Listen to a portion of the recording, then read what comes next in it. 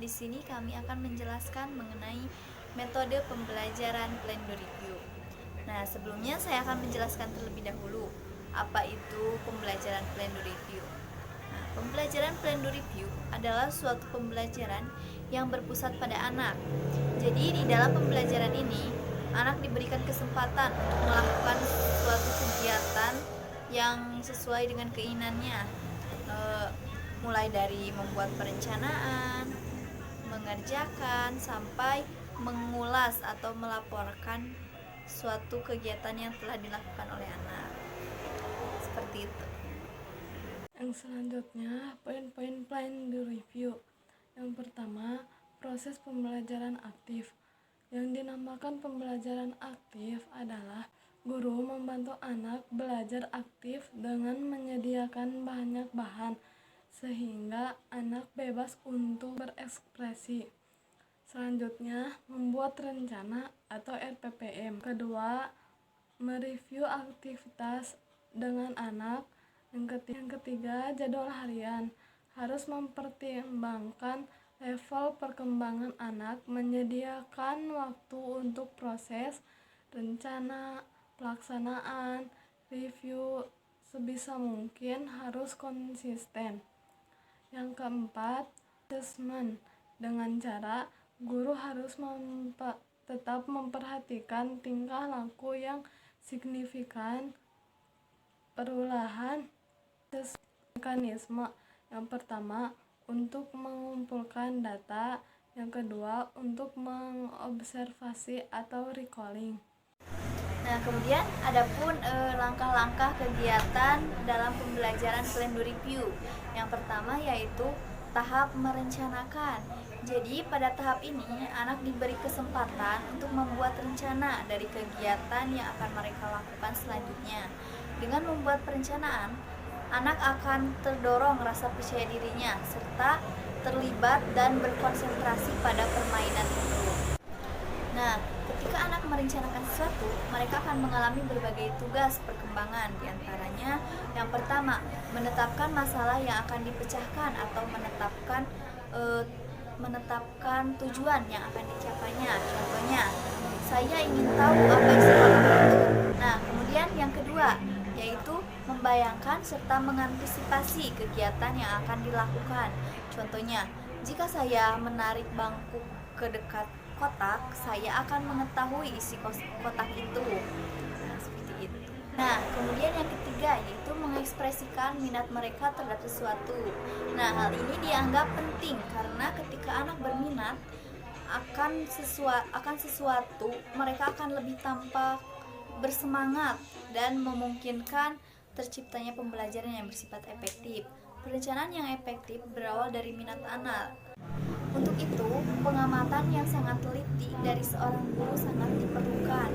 Kemudian, guru juga harus mendorong dan memformulasikan perencanaan saat itu. Caranya yaitu misalnya, guru mengajak anak untuk berpura-pura menjadi kereta api, kemudian berkeliling dari area ke area untuk melihat bahan dan permainan yang mungkin dapat dipilih oleh anak. Nah, kemudian yang kedua yaitu tahap bekerja. Tahap bekerja adalah waktu di mana anak bermain dan memecahkan masalah. Pada tahap ini, anak mentransformasikan rencana mereka dalam bentuk tindakan. Kemudian guru mengawasi secara intensif, memberikan dukungan serta memberikan bantuan pada saat anak melakukan kegiatan. Nah, kemudian yang terakhir itu yang ketiga yaitu tahap review. Nah, tahap ini merupakan tahap kegiatan merefleksikan, mengemukakan dan memperlihatkan apa yang telah mereka lakukan pada tahap bekerja. Pada tahap ini, anak dilibatkan dalam beberapa proses penting seperti menggambar, mengumpulkan perencanaan dengan hasil, dan berbicara dengan teman-temannya terkait penemuan-penemuan yang didapatkan dari kegiatan mereka. Assalamualaikum warahmatullahi wabarakatuh. Perkenalkan, nama saya Ain Fitriani. Saya dari kelompok 3. Di sini saya akan melanjutkan materi dari teman saya, yaitu selanjutnya ada kelebihan model pembelajaran Plan do Review. Kelebihan yang pertama yaitu membantu guru dalam berkontribusi lebih banyak pada perkembangan anak. Maksudnya adalah, jadi guru dapat memberikan atau menyumbangkan banyak pengetahuan yang ia miliki kepada anak didiknya dengan model pembelajaran Plan do Review ini.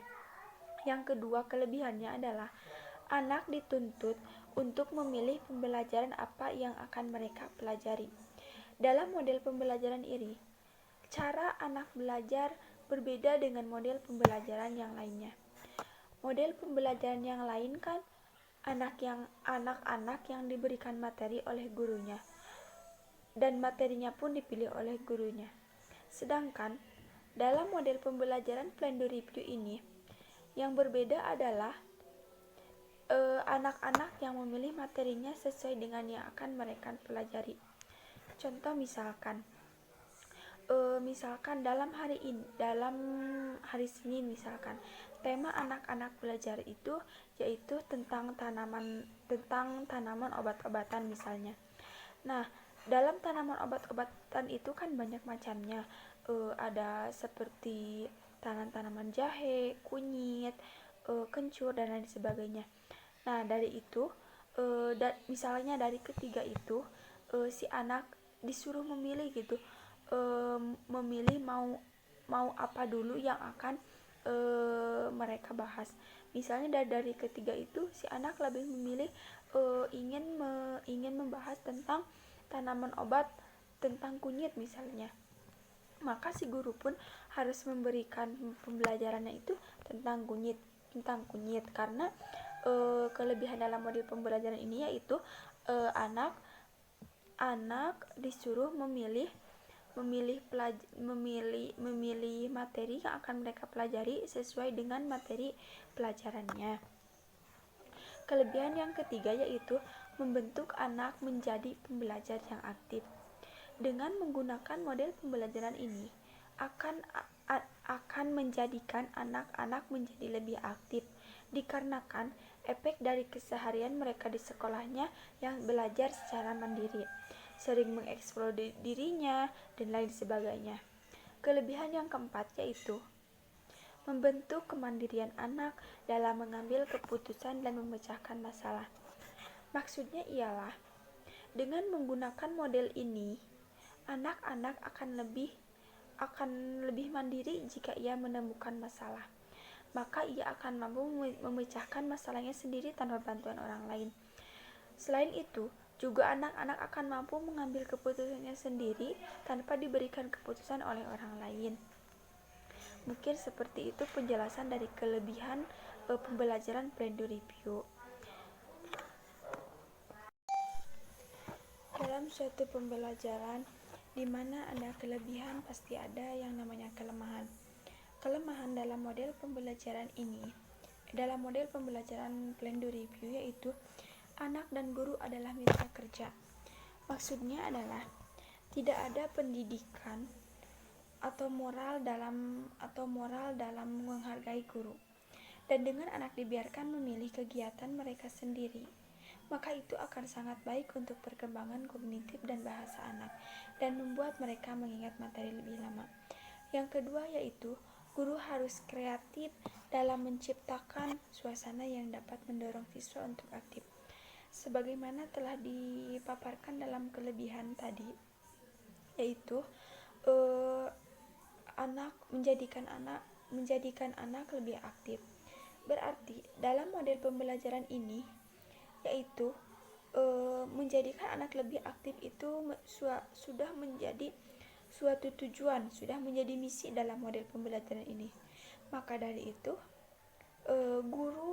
guru mau tidak mau harus bisa kreatif dalam hal apapun, baik dalam memaparkan materinya, baik dalam segi pembelajarannya, baik dalam penataan kelasnya, baik dalam hal apapun guru itu harus kreatif. Mungkin sekian pemaparan materi dari saya. Mohon maaf apabila banyak kesalahan ataupun kurang tepat dalam segi penyampaian materinya. Wabillahi taufiq wal hidayah. Wassalamualaikum warahmatullahi wabarakatuh.